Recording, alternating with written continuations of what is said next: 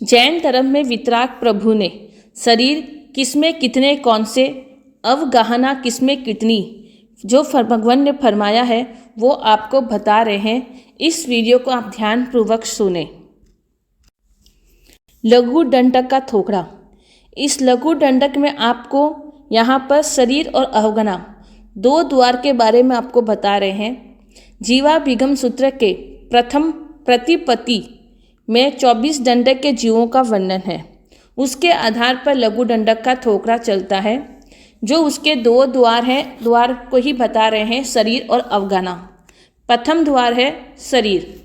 शरीर किसे कहते हैं? शरीर नाम कर्म के उद्देश्य से प्राप्त होता है, अर्थात शरीर क्षीण होने वाला, विनाश होने वाला है, इसलिए इसे शरीर कहते हैं। शरीर के 5 भेद हैं, यानी शरीर के 5 प्रकार के हैं। औदारिक, वेक्रिय, आहारक, तेजस, कार्बन। इनकी पूरी बता रहे हैं डेफिनेशन, व्याख्या कि औदारिक शरीर किसे कहते हैं। औदारिक शरीर नाम कर्म के उद्देश्य से प्राप्त होता है। उदार अर्थात प्रधान स्थूल पुद्गल से बना हुआ शरीर को औदारिक शरीर कहते हैं। तीर्थंकर और गंधर्वों का जो शरीर बनता है वो प्रधान पुद्गल से बनता है, यानी बहुत सुंदर और शुभ पुद्गलों से उनका शरीर बनता है। साधारण एवं सर्वसाधारण जो मनुष्य होते हैं उनका शरीर स्थूल साधारण पुद्गल से बना होता है। मनुष्य और तिर्यंच को औदारिक शरीर प्राप्त होता है। तो आप समझ गए होंगे औदारिक शरीर किसे कहते हैं। औदारिक शरीर का मतलब है कि जो हर पल हर क्षण जो पुद्गल सड़न गलन होते हैं, और तीर्थंकर और गंधर्वों का जो शरीर होता है वो बहुत शुभ पुद्गलों से बना हुआ होता है। और जो साधारण जो मनुष्य होते हैं उनका शरीर साधारण पुद्गल से बना होता है। अब आइए वैक्रिय शरीर। वैक्रिय शरीर जिस शरीर से विविध क्रियाएं होती है, जो वैक्रिय पुद्गल से बना होता है। वैक्रिय शरीर नाम कर्म के उद्देश्य से प्राप्त शरीर को वैक्रिय कहते हैं। विविध क्रियाएं करता है, एक रूप धारण करना, अनेक रूप धारण करना, छोटा शरीर धारण करना, बड़ा शरीर धारण करना, आकाश में चलने योग्य शरीर धारण करना, भूमि पर चलने योग्य शरीर धारण करना, दुष्य शरीर धारण करना, अदुष्य शरीर धारण करना इत्यादि अनेक प्रकार की अवस्थाओं को वैक्रिय शरीरधारी जीव कर सकता है। और वैक्रिय शरीर 2 प्रकार के होते हैं, औपातिक और लब्धिपतय। देवता और नारकी को शरीर औपातिक कहलाता है, क्योंकि उनको जन्म से ही वैक्रिय शरीर मिलता है। और लब्धिपतय शरीर तिर्यंच और मनुष्य को होता है। मनुष्य तिर्यंच तप आदि के द्वारा प्राप्त की हुई शक्ति विशेष को वैक्रिय शरीर प्राप्त कर सकता है। तो इस तरह से मनुष्य और तिर्यंच तो तप के द्वारा प्राप्त करते हैं, और नरक और देवता जो होते हैं उनको जन्म से ही यह शरीर वैक्रिय शरीर ही होता है। तो देखियो वैक्रिय शरीर में इतनी सब कुछ शक्ति होते हुए है कि बड़े हर तरह के रूप धारण कर सकता है, लेकिन मोक्ष प्राप्त नहीं कर सकता। मोक्ष प्राप्त करने के लिए औदारिक शरीर ही प्रधान है। आहारक शरीर। आहारक शरीर नाम कर्म के उद्देश्य से जो प्राप्त आहारक पुद्गल से बनता है उसे आहारक शरीर कहते हैं। यह शरीर किसको मिलता है? 6ठे गुणस्थानवर्ती 14 पूर्वधारी आहारक लब्धि प्राप्त मुनिराज को 14 पूर्व चितारते हुए, यानी यह जो शरीर है 6ठे गुणस्थानवर्ती 14 पूर्वधारी आहारक लब्धि मुनिराज को ही प्राप्त होता है। और यह किस चीज़ में काम आता है आहारक शरीर कि 14 पूर्व चितारते हुए कोई शंका उत्पन्न हो जाए, कोई वादी आकर मुनिराज को प्रश्न पूछे, उसका उत्तर 14 पूर्व में ना हो, उस समय मुनिराज का उपयोग नहीं लगे, तो वह इस शरीर के द्वारा भगवान से जाकर, यानी महाविद्य क्षेत्र में उपस्थित तीर्थंकर विरहमान से पूछकर यह जवाब दे सकता है। और किस में काम आता है? तीर्थंकर भगवान की रिद्धि, दर्शन, नया ज्ञान सीखने और प्राणी दया का प्रसंग उपस्थित होने पर वे मुनिराज आहारक लब्धि से जगन्य देश उन एक हाथ उत्कृष्ट एक हाथ प्रमाण अति विशुद्ध स्फटिक के समान निर्मल शरीर निकालते हैं। जो उनके अंदर उनका जो शरीर है, उस शरीर में से बहुत बहुत शुभ विशुद्ध पुद्गल को बाहर निकालकर स्फटिक की तरह एकदम शुद्ध पुद्गल को बाहर निकालकर निर्मल शरीर बनाते हैं। उस एक हाथ की अवगणना से वो भगवान के पास जाकर अपनी समस्या यानी अपनी शंका का समाधान करते हैं। वह शरीर केवल भगवान के पास शंका निवारण के लिए अथवा प्रश्न का उत्तर पूछने के लिए पहुंचता है। उस शरीर को आहारक शरीर कहते हैं। अब तेजस शरीर किसको कहते हैं? तेजस शरीर नाम कर्म के उदय से प्राप्त तेजस पुद्गल से निर्मित शरीर को तेजस शरीर कहते हैं, जो कि तेजोलब्धि तेजस समुद्गात का हेतु एवं शरीर की आभा क्रांति दीप्ति का कारण उष्मा जटाग्नि का उदासीन कारण है। उसे तेजस शरीर कहते हैं। तेजस शरीर आहार को पचाना कार्य औदारिक शरीर का है, तेजस शरीर का नहीं है। यानी आहार का पचाने का काम औदारिक शरीर का है और प्राप्ति को समझा जाता है, तेजस शरीर का नहीं होता। तो तेजस शरीर किसको कहेंगे? जो यह शरीर की क्रांति आभा का कारण बनता है, जटाग्नि का उदासीन कारण बनता है। अब कार्बन शरीर किसे कहते हैं? कार्बन शरीर नामकरण के उद्देश्य से प्राप्त शरीर को कार्बन शरीर कहते हैं, अर्थात जीव के प्रदेशों के साथ लगे हुए 8 प्रकार के कर्म पुद्गल को कार्बन शरीर कहते हैं। यह कार्बन शरीर सभी शरीरों का बीज है। इसी शरीर से जीव अपने मरण देश को छोड़कर उस उत्पत्ति स्थान पर जाता है। समस्त संसारी जीवों के तेजस शरीर कार्बन शरीर ये 2 शरीर आवश्यक नियमा होते हैं। तो आपको 5 शरीर किस तरह से होते हैं तो पूरी व्याख्या आपको बताई है, तो आपको समझ में आ गया होगा। शॉर्टकट में वापस समझा रहे हैं। औदारिक शरीर किसको बोलेंगे? जो सडन गड़न विध्वंसन वाला हो और मोक्ष जाने में प्रधान कारण है, जो हार्ड मास से बना हुआ होता है, उसे औदारिक शरीर कहते हैं और मोक्ष जाने में प्रधान कारण है। वैक्रिय शरीर किसे कहेंगे? जो शुभ पुद्गलों से बना होता है, नए नए रूप धारण करता है। आहारक शरीर किसको कहेंगे? जो शंका का समाधान करने के लिए भगवान के पास पहुंचता है। तेजस कार्बन शरीर ये दोनों शरीर जब तक सिद्ध आत्मा नहीं बने तब तक हर संसारी के 2 शरीर हमेशा रहते ही हैं। इस तरह से आपको 5 शरीर के बारे में बताए। अब बताते हैं किस में कितने शरीर हैं। नरक और देवताओं में यानी पूरे देवता भवनपति वानवंतर ज्योतिषी वैमानिक और नारकी जीवों में शरीर पावे 3 वैक्रिय तेजस और कार्बन। आप जो थोकड़े होते हैं उनको आप इस तरह से उपयोग लगा के याद करेंगे तो आपको कभी भूलेंगे नहीं, हमेशा याद रहेंगे। तो नरक और देवताओं का जो शरीर होता है वैक्रिय से बना होता है और तेजस कार्बन सब जीवों के साथ होता है।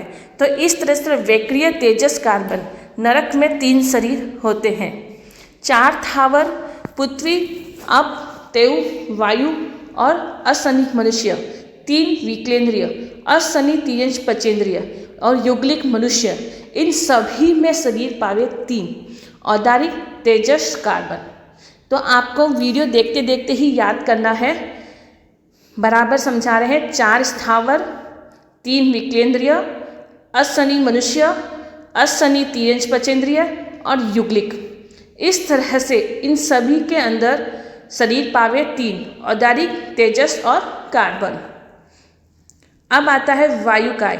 वायुकाय और शनि तियंश पचेंद्रिय में शरीर पावे 4, यानी वायुकाय वैक्रिय भी करता है और शनि तियंश पचेंद्रिय आपने सुना भी है कि वैक्रिय शरीर के अंदर कि ये तप के द्वारा इनको वैक्रिय शरीर प्राप्त हो सकता है।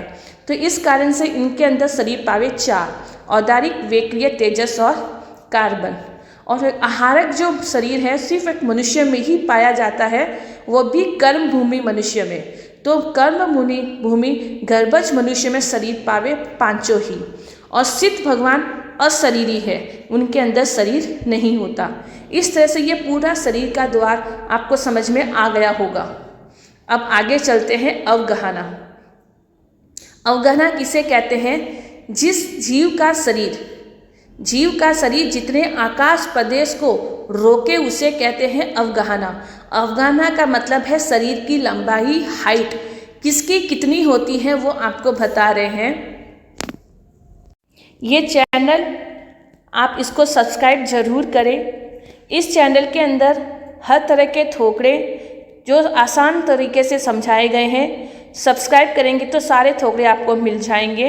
और ये वीडियो आपको पसंद आए तो ज़रूर इसे लाइक करें। पहली नरक, अब आपको बताते हैं कि 7 नरक है। 7वीं नारकी की किसकी कितनी अवगणना होती है, कितनी किसकी हाइट होती है। तो पहली नरक से 7वीं नरक तक भवधारिणी शरीर की अवगणना, जघन्य अंगुल के असंख्यात विभाग। उत्कृष्ट पहली नारकी की 8.25 धनुष 6 अंगुल, दूसरी नारकी की 15.5 धनुष 12 अंगुल। देखो याद करने का तरीका बता रहे हैं कि पहली नारकी की आपको याद करनी है 8.25 धनुष 6 अंगुल, फिर उससे डबल करना है, दुगुना करना है। तो दूसरी नारकी की 15.5 धनुष 12 अंगुल, तीसरी नारकी की है 31.25 धनुष, तो चौथी की है 62.5 धनुष, पांचवी की है 125 धनुष, छठी की है 250, सातवीं की है 500। उत्तर वेक्रिय करे तो जघन्य अंगुल के तो संख्यात भाग और उत्कृष्ट अपनी अपनी संख्या से दुगुनी। कैसे कि 7वीं नारकी की भवधानी शरीर की अवगणना 500 धनुष है, उत्तर वेक्रिय करे तो 1000 धनुष। इस तरह से आपको यहाँ पर सिर्फ पहली नरक की याद करनी है, फिर सबका दुगुना करेंगे तो सबकी संख्या आ जाएगी। ये तो हुआ नरक की।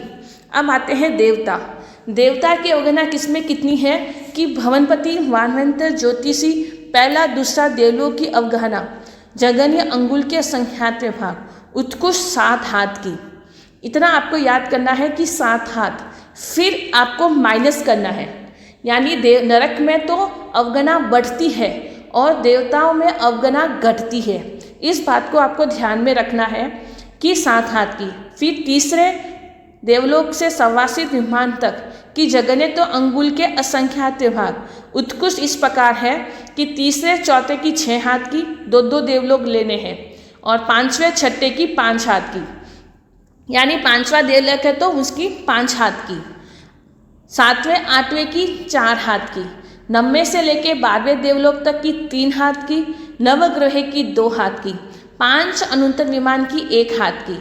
उत्तर वेक्रिय करे तो जघन्य अंगुल के संख्यात विभाग, और उत्कृष्ट 12वां देवलोक तक उत्तर वेक्रिय करते हैं तो 1 लाख योजन।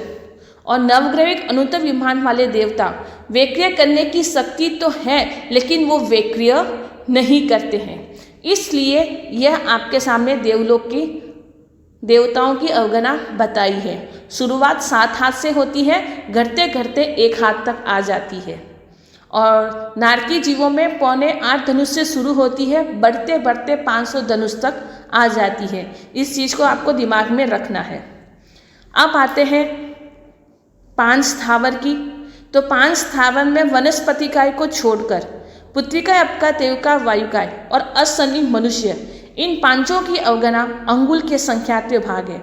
उत्कृष्ट भी अंगुल के संख्यात्य भाग है, लेकिन किंतु जघन्य से उत्कृष्ट असंख्यात गुना है। दोनों की अंगुल के संख्यात्य भाग असंख्यात्य भाग है, लेकिन जघन्य से उत्कृष्ट जो होता है वो असंख्यात गुना होता है। इस बात को ध्यान में रखना है। और वनस्पति काय की अवगणना जघन्य अंगुल के संख्यात्य भाग उत्कृष्ट 1000 योजन जाजेरी है, कमल नाल की अपेक्षा। इस बात को ध्यान में रखना है। और सूक्ष्म और साधारण वनस्पति काय की अवगणना जघन्य उत्कृष्ट अंगुल के असंख्यात्य भाग ही होती है। अब आगे बता रहे हैं 3 विकलेंद्रिय। अब वायुकाय बच गया। वायुकाय में जो वेक्रिय, क्योंकि वायुकाय में वेक्रिय शरीर होता है, तो उस वेक्रिय शरीर की अवगणना कितनी है? तो जघन्य उत्कृष्ट अंगुल के असंख्यात्य भाग ही बताई है वेक्रिय करे तो। अब आता है कि बेंद्रिय, तेंद्रिय, चौरंद्रिय की अवगणना। सबकी जघन्य तो अंगुल के असंख्यात्य भाग। उत्कृष्ट बेंद्रिय की 12 योजन, तेंद्रिय के 3 गौ, चौरंद्रिय की 4 गौ। 12, 3, 4, चौरंद्रिय है तो 4 गौ। तेंदिया है तो 3 गऊ, ये शॉर्टकट में याद हुआ है। बेंदिया है तो 1 और 2। इस तरह से आप याद कर सकते हैं। देखिए कि जो थोकड़े होते हैं, तत्व ज्ञान होता है, उनको दिमाग से याद करें। रट्टे आप अगर रट्टा मारते रहेंगे तो दिमाग में नहीं रहेगा। उनको स्टेप बाय स्टेप यानी कोई निशान लगा लगा के याद करेंगे तो आपको हमेशा याद रहेगा, आप कभी नहीं भूलेंगे। तो तेंदिए 3, चौरिंदिए 4 गऊ। अब आगे बता रहे हैं असनी तिर्यंश पचेंद्रिय के 5 भेद। जलचर, थलचर, खेचर, उपरिसप, भुज परिसप। ये असनी है तो असनी की सबकी जघन्य अंगुल के असंख्यात भाग है। अब उत्कृष्ट बता रहे हैं।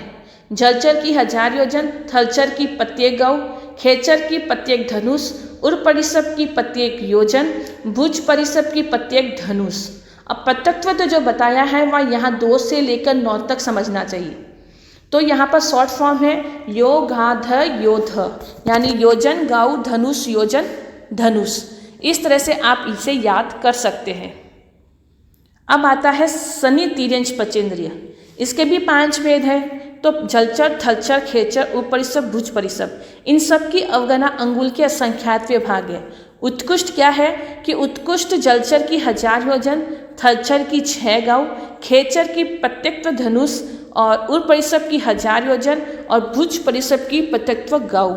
तो योगाधर योगा, ये याद रखना है आपको। इस तरह से ये शनि तिर्यंश पचेंद्रिय की भी अवगणना हुई। अब आता है शनि तिर्यंश पचेंद्रिय अगर वेक्रिय करे तो, क्योंकि शनि तिर्यंश पचेंद्रिय तब लब्धि के द्वारा वेक्रिय कर सकते हैं। तो कितना करेंगे? तो जघन्य अंगुल के असंख्यात भाग उत्कृष्ट पुत्रत्व 100 योजन तक ये वेक्रिय कर सकते हैं। 200 से उत्कृष्ट 900 तक। करोड़ पूर्व या इससे कम स्थिति वाले ही वेक्रिय कर सकते हैं। पर्याप्त, वो भी पर्याप्त हो तो वही वेक्रिय कर सकते हैं। इसके ऊपर जो स्थिति है अवगणना, इसके ऊपर की स्थिति वाले यानी उम्र वाले वो वेक्रिय नहीं कर सकते हैं। इस चीज़ का ध्यान रखें। अब आता है गर्भभूमि गर्भ मनुष्य, इनकी अवगणना कितनी है? तो जघन्य तो अंगुल के असंख्यात भाग, उत्कृष्ट 3 गऊ। अब ये किसके कैसे होती है? काल के अनुसार, यानी अवसपनी काल है। अभी क्या चल रहा है? अवसपनी काल। तो अवसपनी काल में गर्भवश जो मनुष्य है उसकी उत्कृष्ट अवगणना इस प्रकार है।